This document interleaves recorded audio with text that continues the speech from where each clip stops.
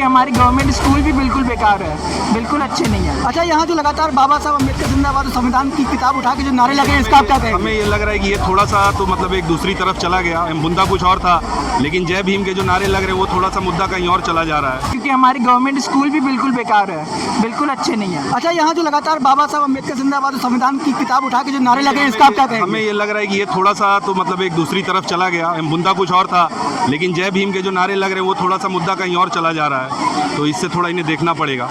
धर्मेंद्र प्रधान के इस्तीफे की जो मांग हो रही है, इसको आप क्या कहेंगे? सर, मांग तो सही हो रही है, लेकिन हमें नहीं लग रहा है कि धर्मेंद्र जी इस्तीफा दे पाएंगे। एनटीए क्रेडिबिलिटी पे आपको क्या कहना है? अभी भी बर्खास्त नहीं हुई एनटीए।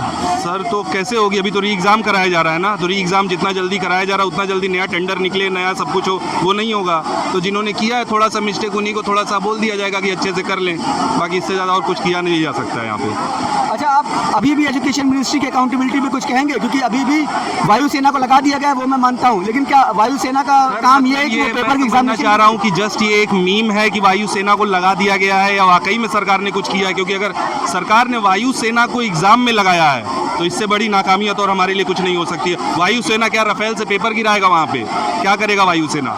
वायुसेना में गार्ड नहीं होते हैं कि जो चेकिंग करेंगे, वो देश की रक्षा के लिए हैं। पेपर पहुँचाने के लिए आपके नहीं है, पेपर पहुँचाने के लिए आपने सैलरी पे आदमी रख रखे हैं। जब वही सैलरी से ऊपर ले रहे हैं कहीं से, पेपर कहीं और चला जा रहा है, तो इसमें वायुसेना कुछ नहीं कर पाएगी। अभी तक खुद बदनाम थे, अब वायुसेना भी बदनाम हो जाएगी उस चीज़ में लिपट कर। तो ये ऐसा नहीं करना चाहिए इन्हें। अच्छा, थ्योरी चलती है कि अगर पेपर लीक होता है, जो सेकंड पेपर जो बन के आता है वो इनिशियली बहुत ज़्यादा टफेस्ट रखा जाता है, उसकी मार्किंग भी टफ मैं रखी ये जाती है। जानना चाह रहा हूँ कि पहला पेपर लीक क्यों हो रहा है? पहली चीज़ ये है।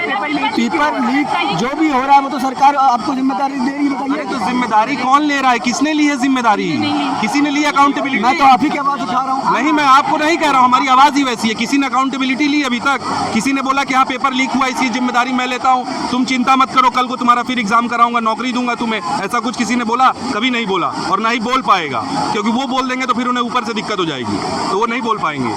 मैं ये कह रहा हूँ, मेरा सवाल अभी ये था कि जो सेकंड पेपर जो होता है लीक के बाद या किसी भी टेक्निकल एरर्स के बाद सेकंड पेपर जो कराया जाता है, क्या उसकी मार्किंग और स्कीम और पेपर जानबूझ के टफ किया जाता है? ऐसा भी एक थ्योरी उठी है।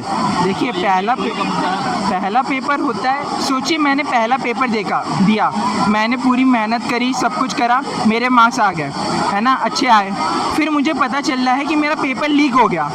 मेंटल स्ट्रेस होता है कि नहीं होता? मेंटल स्ट्रेस होता है, बच्चे डिप्रेशन में जाते हैं, आत्महत्या कर लेते हैं। अरे सर, क्योंकि देखिए, मेंटल स्ट्रेस एक अलग चीज़ हो गई, आत्महत्या एक अलग चीज़ हो गई। उस छात्र ने, ये किसी ने पूछा कि उसने 2 साल ड्रॉप आउट किया था, 3 साल किया था, कहाँ से उसको पैसा दिया, उसके पिता ने क्या क्या बेचा, कोई नहीं पूछता है। वो ये कहते हैं लीक हो गया, 1 साल और बाप से पैसा ले लो, तैयारी कर लो, हम लोग फिर करा देंगे पेपर। फिर पेपर कराएंगे, फिर जनरल कैटेगरी के लिए 1000 रुपये चार्ज होगा।